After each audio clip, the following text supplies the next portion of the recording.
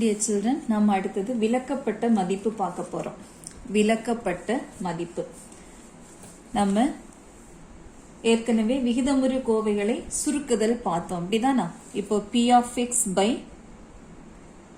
Q of x. இந்த விகிதமுறு கோவைகளை எப்படி சுருங்கிய வடிவத்தில் எழுதுறதுன்னு பார்த்தோம். So, இந்த சுருங்கிய வடிவத்தில் உள்ள P of x by Q of x என்ற விகிதமுறு கோவையில் எந்த மெய்யெண் மதிப்பிற்கு இந்த விகிதமுறு கோவை வரையறுக்கப்பட முடியவில்லையோ அந்த மதிப்பை நாம விலக்கப்பட்ட மதிப்புன்னு சொல்றோம். இப்ப வரையறுக்கப்படாததுன்னா என்னது பாருங்க, 8/0. 8 0வால வகுக்கணும். இது என்னது? வரையறுக்க முடியாதது. இது என்னது? வரையறுக்க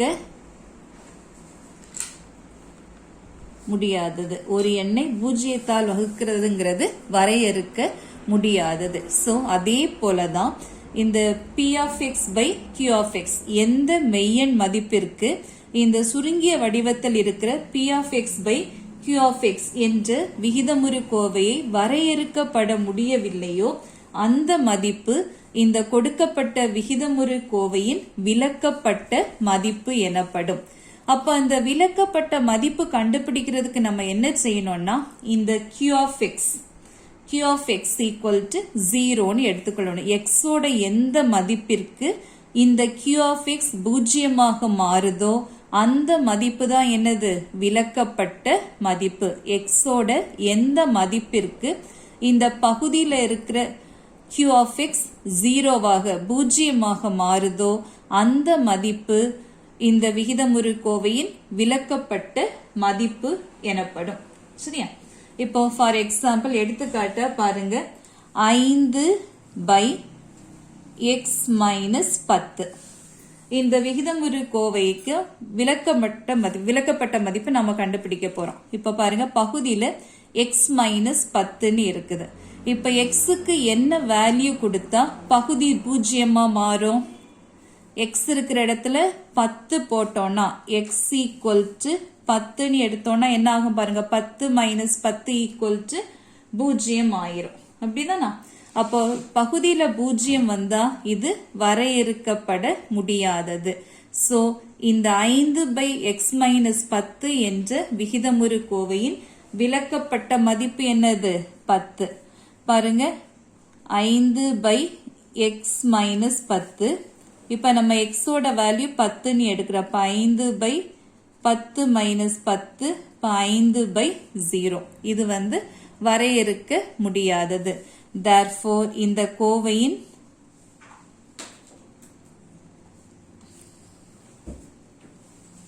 விலக்கப்பட்ட மதிப்பு ஈக்குவல் டு x ஓட எந்த மதிப்புக்கு அது பூஜ்ஜியமா இருக்குது? x equal to 10ன்னு எடுத்தாதான். இப்ப விலக்கப்பட்ட மதிப்பு ஈக்குவல் டு 10. இப்படிதான் நாம சம் செய்ய போறோம். சரியா? இப்ப நம்ம அடுத்தது எடுத்துக்காட்டு 3.14.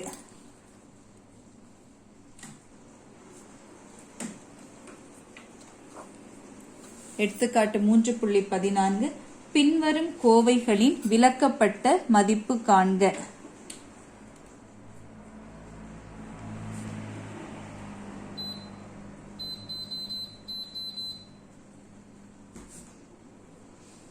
பின்வரும் கோவைகளின்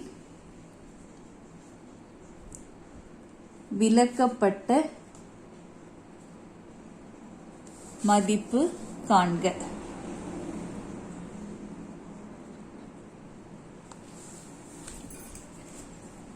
இதுல உள்ள first question, x plus 10/8x. x plus 10/8x. பாருங்க, x plus 10/8x இதோட விலக்கப்பட்ட மதிப்பு நாம கண்டுபிடிக்க போறோம். இப்ப பகுதியில நமக்கு என்ன இருக்குது? 8x இருக்கு.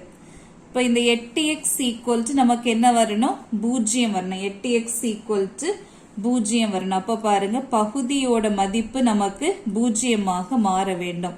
இப்போ 8x ஈக்குவல் டு 0னா x ஈக்குவல் டு என்ன வரும்? x equal to 0. x equal to 0ன்னு எடுத்தோம்னா இது நமக்கு எப்படி வரும் பாருங்க, x பிளஸ் 10 பை 8 இன்ட்டு 0 என்ன ஆயிரும்? x ஈக்குவல் டு 10ன்னு நம்ம எடுத்தோம்னா இந்த விகிதமுறு கோவை எப்படி வரும் பாருங்க, x plus 10 by x equal to 0. x equal to 0 எடுத்தோம்னா இந்த விகிதமுறு கோவை எப்படி வரும்? x plus 10 by 8x. அந்த x இருக்கிற இடத்துல நம்ம என்ன போடுவோம்? into 0 போடுவோம். அப்ப எப்படி வரும் பாருங்க, x plus 10 by 0. இப்ப பகுதியில 0 வந்துட்டாலே இது என்னது? வரையறுக்க முடியாதது. அப்ப x ஓட எந்த மதிப்புக்கு இந்த விகிதமுறு கோவை வரையறுக்க முடியாததாகிறது? x equal to 0 எடுத்தோம்னா இந்த கோவை வரையறுக்க முடியாதது ஆகிறது. சோ நமக்கு x ஓட வேல்யூ என்னது? 0. therefore விலக்கப்பட்ட மதிப்பு equal to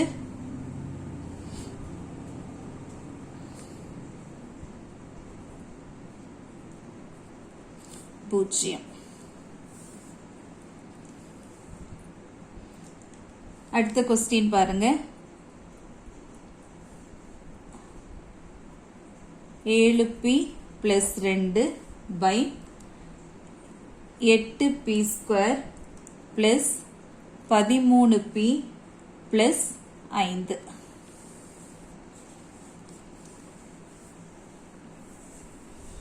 So நமக்கு இந்த விகிதமுறு கோவையின் விலக்கப்பட்ட மதிப்பு கண்டுபிடிக்கணும்.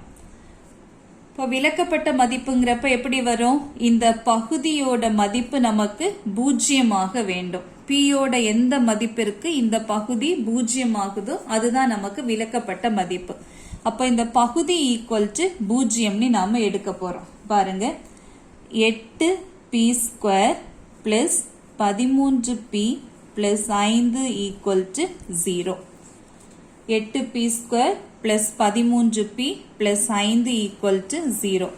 இப்ப பாருங்க, இங்க p ஸ்கொயரோட கெழு நமக்கு 8 இருக்குது, கடைசி உறுப்பு 5. அப்ப இரண்டு எண்களின் பெருக்கல் பலன் எப்படி எடுக்கணும்? 8 பெருக்கல் 5 40. சோ பெருக்கல் பலன் நமக்கு என்ன வருது?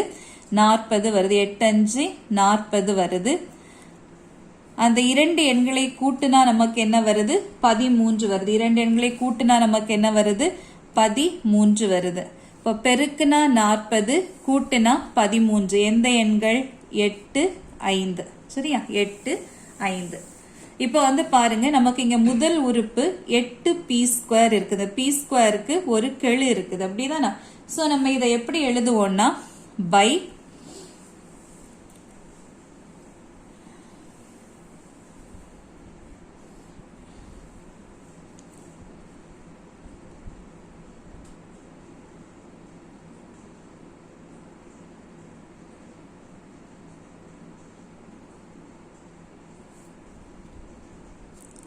p, இங்கேயும் பை 8p வரும். பாருங்க, இப்ப 8 8 கேன்சல் ஆயிரும். அப்ப நமக்கு என்ன வரும் பாருங்க, p பிளஸ் 1. இங்க மேல நமக்கு என்னதான் இருக்குது? 1 தான் இருக்குது. அதே மாதிரி இங்க 8p plus 5, 8p plus 5. So நம்ம இதை எப்படி எழுதலாம்? p plus 1 into 8p plus 5 இப்படி எழுதலாம். இது இப்படி எழுதலைன்னா நம்ம என்ன பண்ணுவோம்னா, பாருங்க, இதை எப்படி எழுதலாம்னா 8p ஸ்கொயர் பிளஸ் இந்த 13p வர இடத்துல நம்ம அந்த ரெண்டு எண்கள் என்னன்னு கண்டுபிடிச்சிருக்கிறோம்? 8 5. சோ இந்த 13p வர இடத்துல நம்ம எப்படி எழுதுவோம்னா 8p பிளஸ் 5p இரண்டு எண்களின் கூடுதலாக நாம எழுதுறோம். பிளஸ் இந்த 5 ஈக்குவல் டு 0. இப்ப இந்த 8p ஸ்கொயர் பிளஸ் 8p இது ரெண்டுல இருந்தும் நம்ம 8p பொதுவா வெளியே எடுத்துடலாம். வெளியே எடுத்துட்டா என்ன வரும்? p plus 1. 8p into p plus 1 plus அதே மாதிரி இந்த ரெண்டு டேர்ம் 5p பிளஸ் 5ல இருந்து 5 வெளியே எடுக்கிறோம். 5 வெளியே எடுத்துட்டா பேலன்ஸ் என்ன வரும் பாருங்க, p plus 1. So 8p into p plus 1 plus 5 into p plus 1 equal to 0. இப்போ ரெண்டுலையுமே p பிளஸ் 1 இருக்கு. ஸோ p பிளஸ் 1 பொதுவா வெளியே எடுத்துட்டோம்னா p plus 1 into 8p plus 5 equal to 0. இப்போ இதை எப்படி எழுதலாம்? p பிளஸ் 1 ஈக்குவல் டு 0 அல்லது 8p plus 5 equal to 0. அப்போ இங்க என்ன வரும் p equal to இந்த plus 1 இந்த சைடு போறப்ப minus 1. இங்க எப்படி வரும் 8p equal to plus 5 இங்க வரப்ப minus 5. therefore p equal to minus 5/8. அப்போ நமக்கு இங்க ரெண்டு விலக்கப்பட்ட மதிப்பு இருக்குது.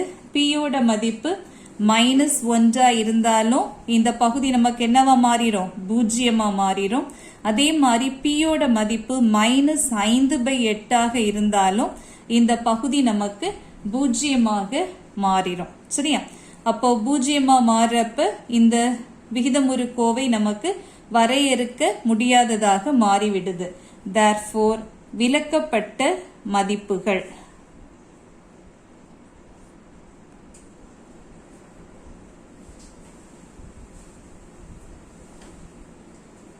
equal to ரெண்டு வேல்யூ நமக்கு மைனஸ் 1 மைனஸ் 5/8 மைனஸ் 1 மைனஸ் 5/8.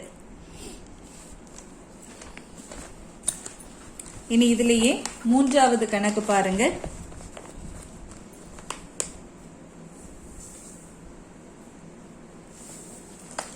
மூன்றாவது கணக்கு நமக்கு x by x square plus 1 x by x square plus 1 பாருங்க. பகுதியில நமக்கு x square plus 1 இருக்கு. x square plus 1 இருக்கு. இப்போ x square னு எடுத்துடுங்களேன். x க்கு என்ன மதிப்பு கொடுத்தாலும் மிகை மதிப்பு கொடுத்தாலும் சரி குறை மதிப்பு கொடுத்தாலும் சரி. இப்போ மைனஸ் 5 கொடுத்தாலும் சரிதான். பாருங்க மைனஸ் 5க்கு ஸ்கொயர் எடுக்கிறப்ப என்ன ஆயிரும் பிளஸ் 25 ஆயிரும். இப்போ 1 கொடுத்தாலும் அதோட மதிப்பு என்ன ஆயிரும் 1 ஸ்கொயர் ஈக்குவல் டு 1 நமக்கு வந்துடும். சரியா? சோ எக்ஸுக்கு மிகை மதிப்பு குறை மதிப்பு என்ன கொடுத்தாலும் இந்த எக்ஸ் ஸ்கொயர்ங்கிறப்ப அது என்ன ஆயிரும் greater than or equal to 0. சரியா? Greater than or equal. இப்போ சப்போஸ் 0 நீ கொடுத்தோம்னா ஈக்குவல் டு 0 வந்துடும். வேற ஏதாவது எண்கள் எடுத்தா அது 0வை விட பெரிய எண்ணா வரும். So x square greater than or equal to 0. எக்ஸ் ஸ்கொயரோட மதிப்பு எப்பவுமே பூஜ்ஜியத்தை விட அதிகமாகவோ அல்லது பூஜ்ஜியத்துக்கு சமமாகவோ இருக்கும். இப்போ நமக்கு பகுதியில் என்ன இருக்கு பாருங்க எக்ஸ் ஸ்கொயர் பிளஸ் 1 இருக்கு. அப்போ X square plus 1 greater than or equal to இங்கேயும் 1 நம்ம கூட்டுறோம். 0 கூட்டல் 1. இப்போ பூஜ்ஜியத்து கூட 1 கூட்டினா நமக்கு என்ன வந்துடும் 1 வந்துடும். அப்போ எக்ஸுக்கு நம்ம என்ன வேல்யூ கொடுத்தாலும் இந்த பகுதி என்னவா மாறாது நமக்கு பூஜ்ஜியமாக மாறாது. எக்ஸின் எந்த மதிப்பிற்கும் x square plus 1 not equal to 0. இப்போ இந்த பகுதி பூஜ்ஜியமே வராதுன்னா இந்த விகிதமுறு கோவைக்கு விலக்கப்பட்ட மதிப்பு எதுவும் இல்லை.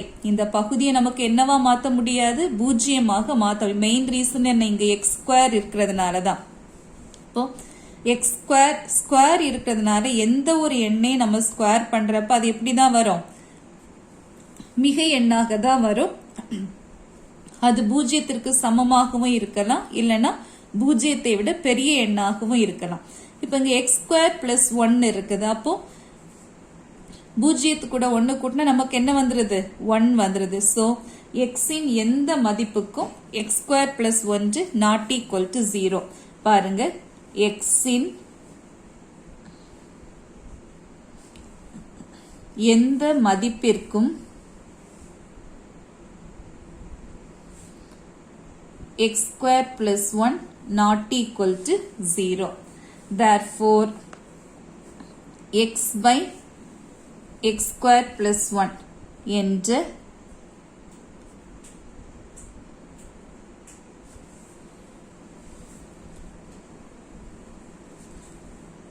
விகிதமுறு கோவைக்கு விலக்கப்பட்ட மெய் மதிப்புகள்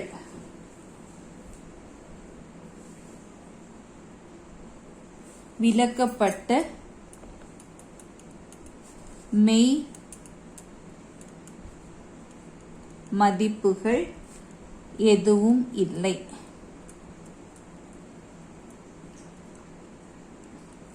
So x by x square plus 1 என்ற விகிதமுறு கோவைக்கு விலக்கப்பட்ட மெய் மதிப்புகள் ஏதும் இல்லை. இதுதான் இந்த கொஸ்டினோட ஆன்சர்.